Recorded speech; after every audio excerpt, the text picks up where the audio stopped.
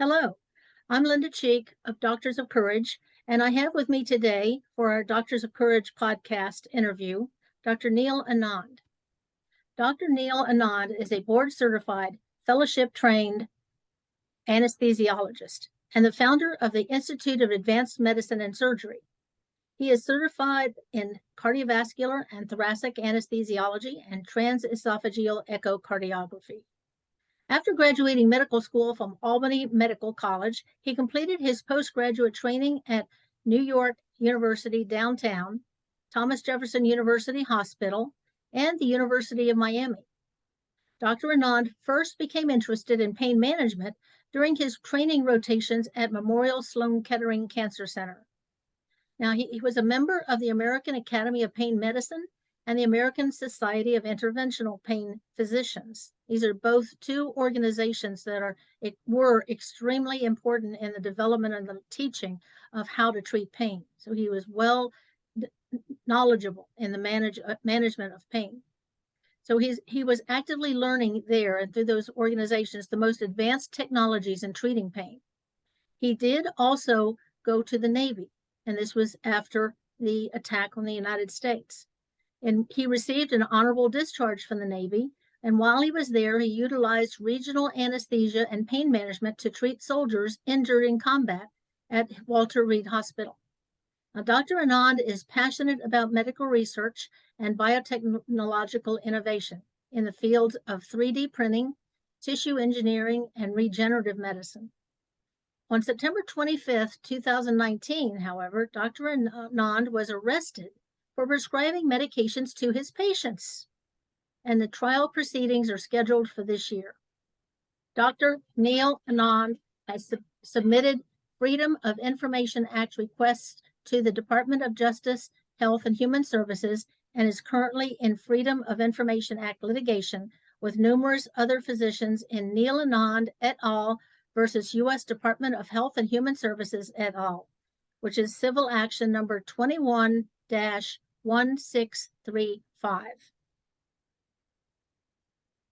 Sorry, my phone went off in the middle of that. I'm going to turn it off so it doesn't do that again.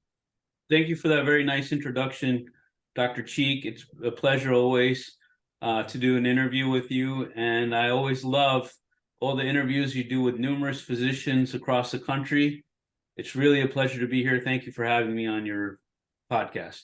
Okay, no problem, Neil. We're sure do appreciate you coming because you have a very interesting story and one that is kind of replicated amongst lots of other physicians and lots of physicians to come.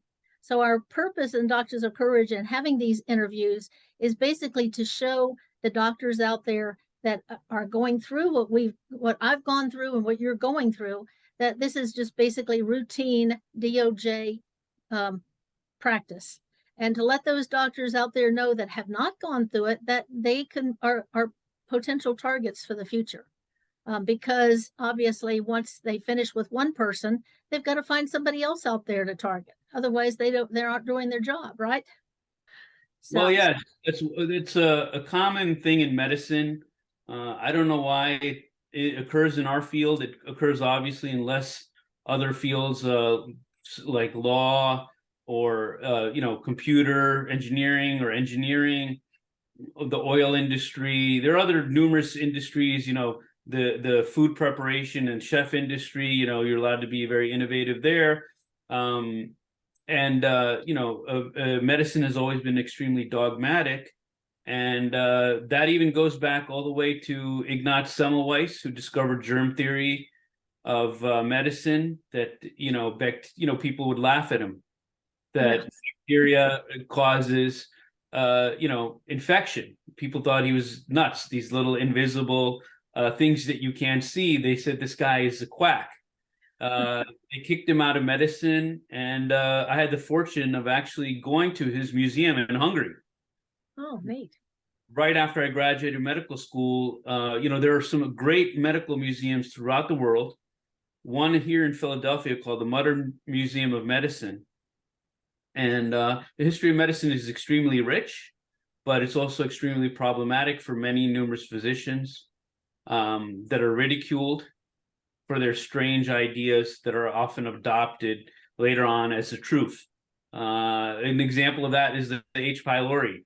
The guy drank drank the H. pylori bacterium, and then he got gastroenteritis, and he needed treatment with antibiotics. So that changed a whole different field of GI, and the man was ridiculed. So it's common. You read about the guy who did the first cardiac catheterization.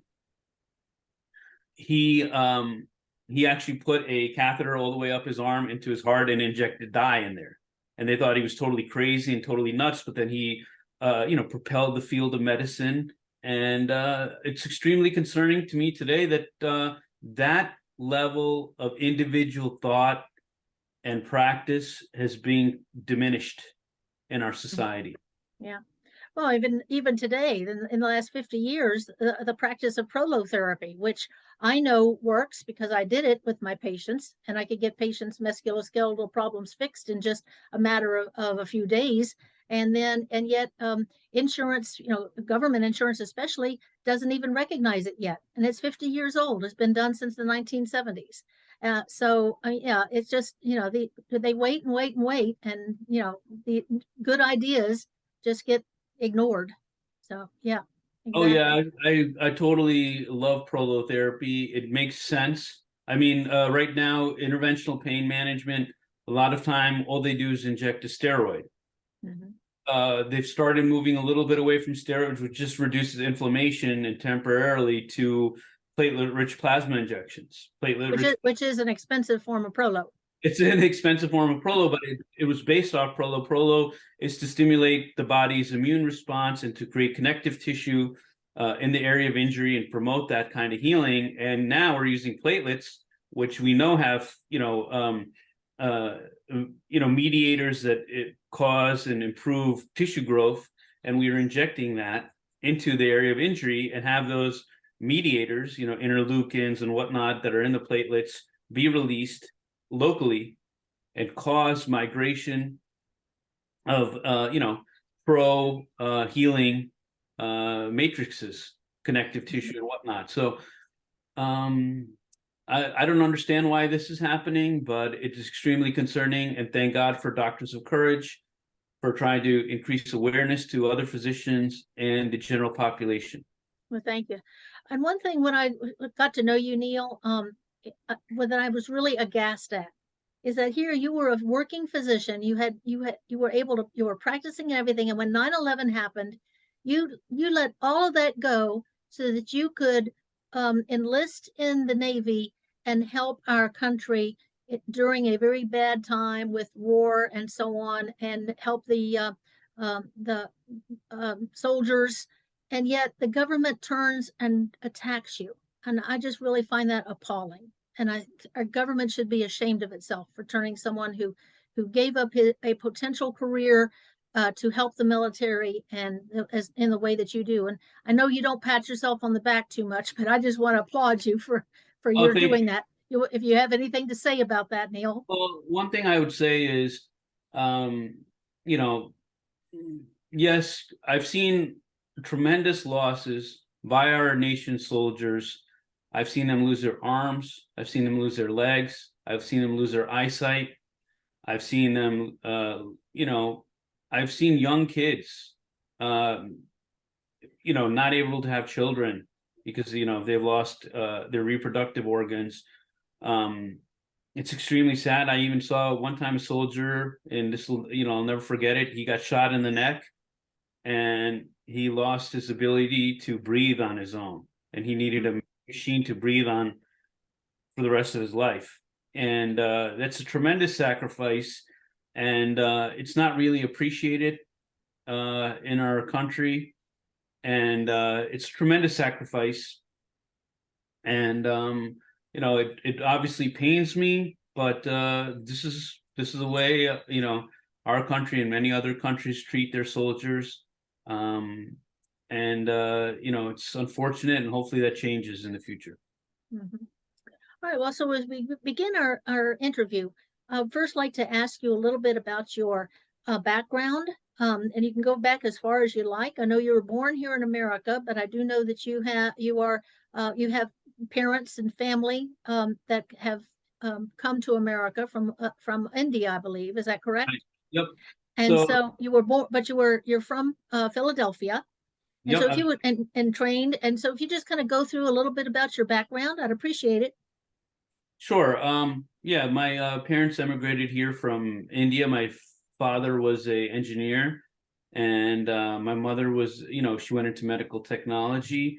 And they came very young to this country when they were in their 20s and 30s. Actually, I think my mother was a teenager, went to college here, and worked in a hospital in the blood bank, and other various jobs in the biology and healthcare industry. And my father was an engineer, and I was born here in Philadelphia, really right a suburb of Philadelphia. And then my father moved up to upstate New York, and I grew up in upstate New York, the Albany area. Went to college, medical school, and high school, all there. And then I did my training at NYU downtown hospital for my internship. I was in internal medicine. Actually, didn't like all the paperwork that was required to be an internal medicine doctor, and so I went into anesthesia. I switched into anesthesia. I did anesthesia for 3 years, and then I switched into I did some cardiac anesthesia and ultrasound. And during the military, I learned some regional anesthesia under Colonel Chester Buckenmeyer. And like you said, I joined right after September 11th, the attacks on the Twin Towers. I was right there. I watched, I saw the second plane explode into the Twin Tower, and it had a tremendous impact on my life. I joined the military, but then, I was always interested in medicine. In my residency, I got to do animal anesthesia. I went to learn anesthesia on small animals like dogs and cats and chinchillas and all different birds, at the University of Pennsylvania Animal Hospital. And I actually went to a horse farm and a large animal, hospital, New Bolton Center, which they work on horses because horse racing is a huge industry in the United States.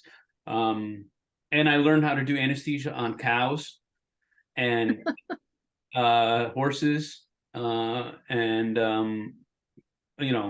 of a large variety of large animals. So I got a very good mixture of research, um, how to anesthetize and treat pain, not only in small animals but large animals, human beings, and in combat, the way they do, because they have a different style and bravado when they do their. I have a question for you about that. This is a medical question. And especially with people in pain now having to do without pain management, and this is increasing their anxiety. When you were dealing with soldiers versus basically just maybe people, standard people, did you experience that at having an increased anxiety in the body increases any kind of need for more anesthesia or anything? Is there a connection there? I've just never wondered if there was or not, or always thought.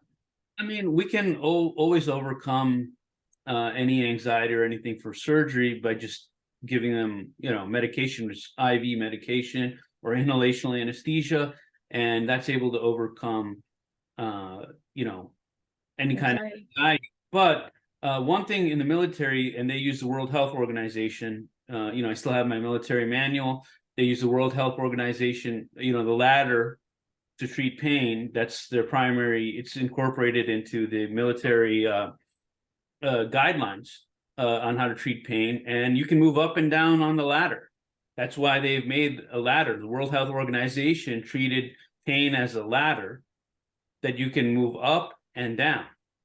Mm-hmm. And it's not this one size fits all program that the United States government's now trying to implement with insurance companies nationwide. So somehow, it's a top-down approach, and these approaches from the World Health Organization and the military and whatnot are bottom-up approaches. They've discovered what things could be done, new things, new ideas, and incorporated into their manuals. And one interesting thing that I can see, I was trained different, and I think differently about pain as compared to other pain doctors, because I used a lot of ultrasound therapy, and when I learned ultrasound in the military, the technology was not very good and was very poor.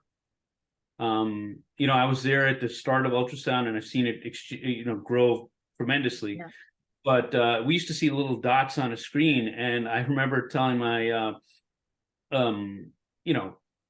commanding officer, I can't see anything. What are you guys seeing? How are you seeing even the nerve? But he's like, as you look at it more and more, you're going to understand pattern recognition. And he said the technology is going to improve. He's like, look, X-ray technology came out, 1905. I think it was the first Nobel Prize.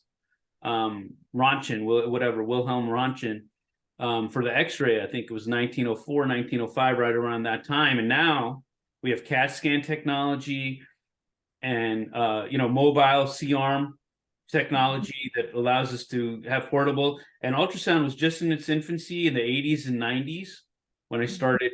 I went to medical school in 1995, and by the time in 10 years I saw tremendous growth. And when I really started practicing in 2013, 2015, I had pretty advanced technology in terms of ultrasound, and I've used it and implemented. I see that is going to be the imaging technology of the future, and paid for by the United States military. Mm-hmm. Yeah. Okay, so after your fellowship and residency, and you were thinking about, and I guess maybe even after your military, tell us a little bit about what your practice became. Okay, so I did anesthesia for many years around the country and whatnot, and then I decided to start my own pain practice. I went to some hospitals that didn't have any pain management practice within the hospital. One of the hospitals I went to, they had a pain doctor that was arrested there, Dr. Jeffrey Beto, and the hospital, didn't want to experience that, have that experience again, but they supported me, and I was able to, within 3 hospitals in the Philadelphia area that didn't have pain management, try to expand and do pain management in those areas. Mostly poor areas of, where there was no pain physician, and not a boutique practice like University of Pennsylvania or Thomas Jefferson. I was trying to compete against them. Okay. Of course, now you know that that there isn't anything that any doctor is doing wrong to create an attack on them, right? I mean, even and whatever they thought Dr. Beto was doing wrong, he was just basically another targeted doctor just like us. So yeah. So yeah, I mean, that it basically goes to show you that there, and we'll talk about this more hopefully in the interview. The metrics and how a physician is, targeted for attack by our government, and the data that Doctors of Courage and other doctors have analyzed over the country. Hopefully we'll get through that, hopefully, in other interviews. And with Dr. Beto, I think, he got 20 years, and there's numerous other physicians in the Philadelphia area that were targeted by a, joint task force that was set up here. Mhm. And I think the numbers now, I haven't checked recently, but I imagine the number just in the Philadelphia area is over 50 doctors have been attacked. That yeah, doesn't leave you with a whole lot of pain management there, does it? well, there are some big groups here in Philadelphia. It's obviously a very big city. It's one of the biggest cities in the United States. And there are some other pain, groups out here that are very large. But a lot of the independent practitioners were taken out by the government. And, this is something that I never really saw, when I was younger in medical school. It was rare that you heard of a doctor getting arrested. Now it's almost daily that a physician's getting arrested for healthcare fraud, or prescribing of controlled substances or some issue that the government has an issue with and goes after the doctor. And you've seen what tremendous growth in attacks on physicians too, right, Dr. Chi? Oh yeah, yeah. I mean, it all started in 1998ish, approximately, when the DEA went before the um, Congress and was kind of raked over the coals for not bringing home the bacon that they were supposed to be making all this money, getting the cartel money. And cartel money, of course, is offshore, so they weren't able to ever get that. And so a smart U.S. attorney said, "Oh well, we don't have to go after cartels. We can go after doctors. They're prescribing opioids," and then they use use propaganda against it. And so in the early 2000s, they used terms like opioids are like the Taliban and so on. And so they just basically propagandized the use of opioids after 1998. That's all it is pure propaganda, which we have to Yeah, fight. doctors and they call it drug dealers in white coats. That's Right. they have all sorts of terminologies. Holy Trinity is another combination of a Pill yeah, mill. Pill mill yeah, was Phil a Mill, nice little that was actually created by a media that wrote that out just in one of his articles, and the government said, "Oh wow, that because of the alliteration and it sticks and everything," and so then they right, just picked it up and started using it. So now anybody that gets attacked, they're running a pill mill. So yeah. right. So of course and this is not part of our interview, but when people go to Doctors of Courage, they'll find out that there is no drug that causes addiction, and that this is all government propaganda, and that we can actually end this and end things like the border problems and so on, all simply by legalizing all drugs, because no drug causes addiction. But anyway, let's get back to talking about your case. Okay, so can you kind of give us a little bit of you were developing a wonderful practice. You had multiple sites that your business was in, and then tell us kind of what happened. How did things kind of go? Well, talking about I had multiple sites. We had multiple physicians. We had neurology. We had endocrinology. We had other pain doctors. We had acupuncture. We had a Chinese acupuncturist. We had American trained acupuncturist, but we actually did also have a Chinese from China trained acupuncturist. We had also chiropractic therapy and physical therapy and massage therapy, kind of all under one roof. It took me some time to build that. We had a pharmacy services, in-house, and any procedures that needed to be done for the most part at the hospital, we would take them there. And I also offered infusion services like ketamine, lidocaine, lidocaine infusion, also for status migrainosis and stuff like headache treatments. We used solumedrol and magnesium and other infusion therapies. So it was a very robust and differing types of treatments and practice, using a wide variety of modalities, not just one modality, and multi-specialty to try to solve and help the patient. Okay, and then what happened? Okay, so in September 2019, I get arrested. There was this huge, I think 80 agents, was testified in court because, I'm still going through the trial process, but 80 agents, and SWAT team, FBI uniforms and whatnot. They busted through my door of my house, and I had a newborn child. She was 1 year old. She's screaming and crying. I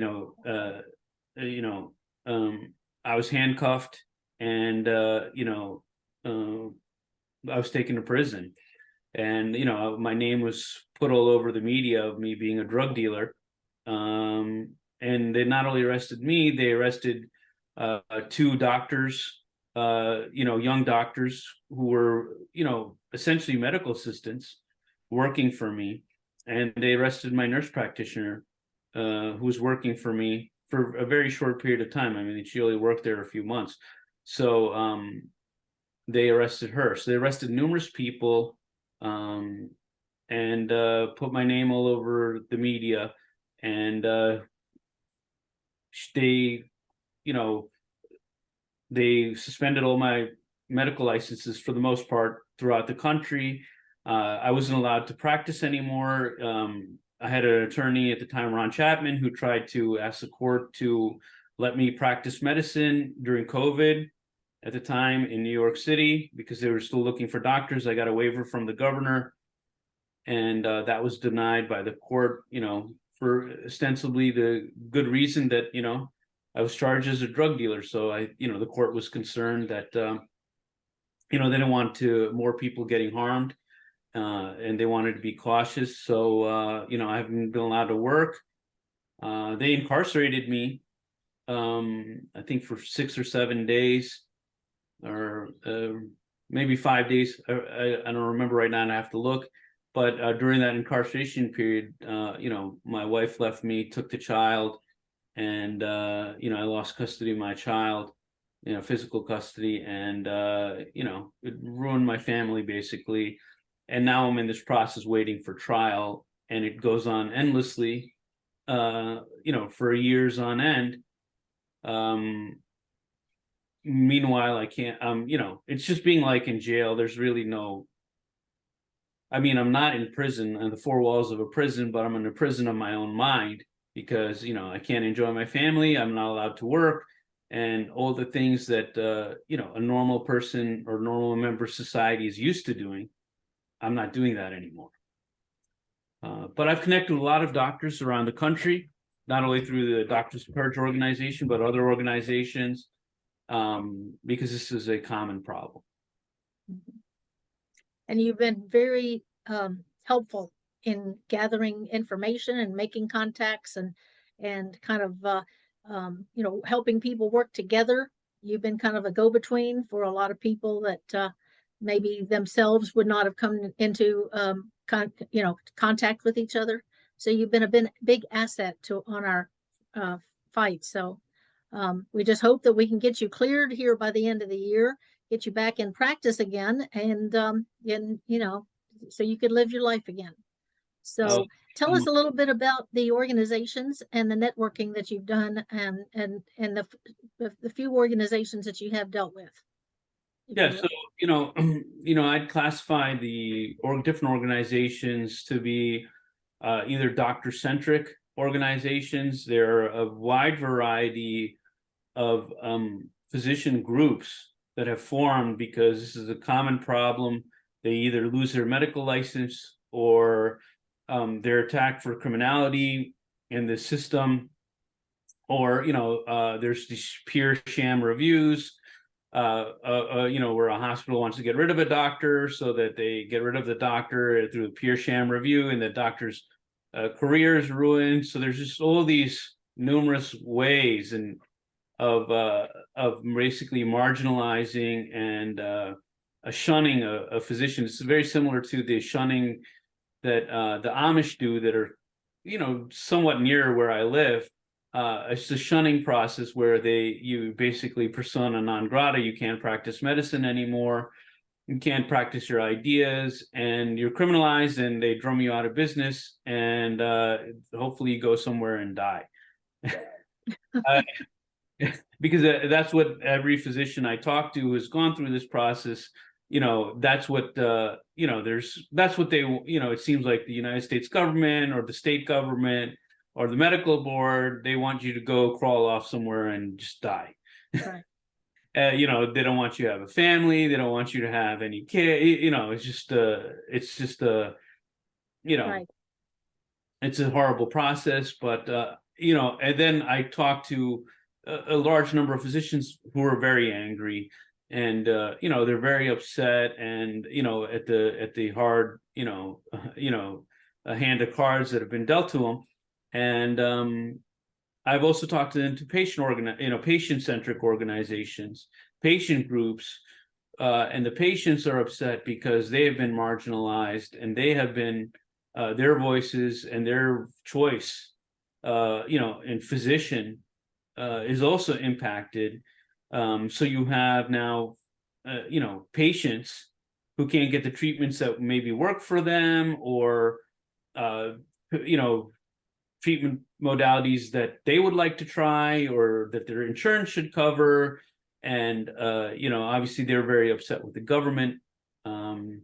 And so, you know, I break that into another category of groups. And I can, for some reason, I'm able to maneuver and go through the different groups without having a lot of issues with them, because some of them have their own ideologies and hard set ideas. But you know, one of my favorite groups is obviously Doctors of Courage. Well, thank you. And you also were a member of another organization that I was a member of called American United International. But American United International has had a little bump in the road with the death of their leader. And so how is that organization now panning out? Well, yes, American United International is a, you know, obviously joined with Doctors of Courage, and they were partners with Doctors of Courage. But you know, there we were trying to help a young doctor who was attacked by the government, who had, you know, to me seemed like malicious prosecution. It basically, her name was Dr. Vilasini Ganesh. Not only was she attacked by the government as being a criminal, but her husband, Dr. Gregory Belcher, who was also a military physician, so I was able to connect with him, you know, easily. Orthopedic surgeon, he was attacked, and they tried to put both of them into prison when they had 3 little kids. It was a travesty of a story. There was, you know, tainted evidence, you know, manipulated evidence, fabricated evidence in their case. And she ended up going to prison anyway, which just shows you how sometimes unreasonable our justice system can be. We try to help that person out together. And that's, and in American United International, you know, and Louisiana United International, they're trying to stop judicial corruption, something that they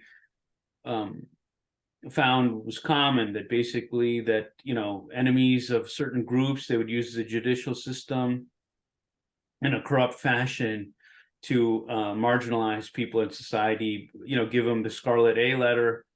Once they get the Scarlet A letter, they are marginalized in society and they cannot succeed.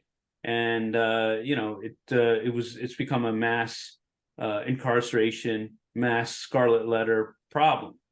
Mm-hmm. Unfortunately, yes, the Zena Crenshaw Logal, who was a lawyer, who was also part of the United Nations and worked with the United Nations, she tried to help us file complaints to the United Nations to try to see if we could use international law to solve.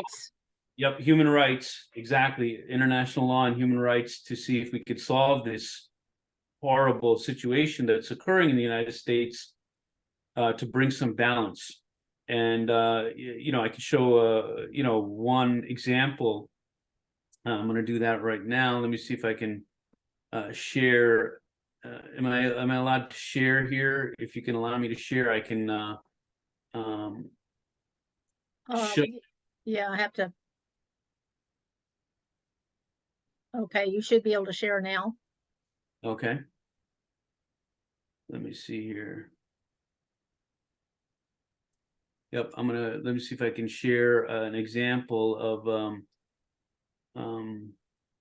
something that we filed, the Doctors of Courage filed, and let's see here. Okay. Yep. So this is something that we had filed at the United Nations, but this was a Human Rights Council complaint procedure form, and I signed it with the, you know, Doctors of Courage signed it, and you know, American United International, and we filed a complaint to the United Nations, complaining about how different organizations were marginalizing physicians throughout the United States. And I believe Doctors of Courage also filed. Linda, you filed your own complaint on behalf of Doctors of Courage, very similar to this complaint, saying, please, you know, United Nations, look into what's happening in the United States on why so many physicians are being affected in this process. Now, unfortunately, as we found out, the United Nations has such a backlog of human rights violations. I mean, you have people, being massacred, in Rwanda and Sudan, and genocide and other atrocities. So, that's taken a little bit of a backseat. But they said they're going to look into all this and try to see if they can address it. I mean, they just are dumbfounded why the United States, which is, supposedly the greatest country with the greatest criminal justice system in the world, is justice system and court system, why is it having all these issues and problems? But we know I can't exactly see how anybody can ever claim the United States has the greatest justice system. If I was going to pick a country, I'd say Sweden or Finland or someplace like that, where very few people are incarcerated and they have very little, no drug problem, and everybody lives happily ever after. It all when a God becomes money, I think that's the issue. We're just, in this country, everybody's chasing the buck, and it doesn't matter if they put innocent people in prison. There was a recent article about incarceration, or a recent somebody actually running for president that has information about, and it's not in the standard party. Okay, her first name is Mary Ann. I don't remember what her last name is, but she has a whole platform about showing how we've gone from small five-figure number of people in prison back in 1980 to now millions of people in prison, and that's all a money thing too. Is all the private industry money prisons out there. So our country is definitely not the number one justice system country in the world anymore. But we do need to get that back. So that would be my hope. So do you have any last words then for this particular for part one interview, Neil? And if not, we'll just any closing words? No, thank you very much for giving me the opportunity to get my message out and to communicate with other physicians throughout the country. Hopefully in our next interview, we could go over some of the data and the findings, and I could share the screen and we can go over what I've received through the Freedom of Information Act, as well as our analysis of our own data at Doctors of Courage, to explain the horrors and the actual data, what is actually happening in the United States, so that hopefully it can be addressed. Thank you so much. Okay, thank you, Neil. So everyone, please stay tuned, and we will be bringing you part two down the road. And we just want to introduce all the things that Neil has done for the last 4 years, all the investigation that he's done to show what the government is doing to doctors. So please come back to part two. Thank you very much, Neil.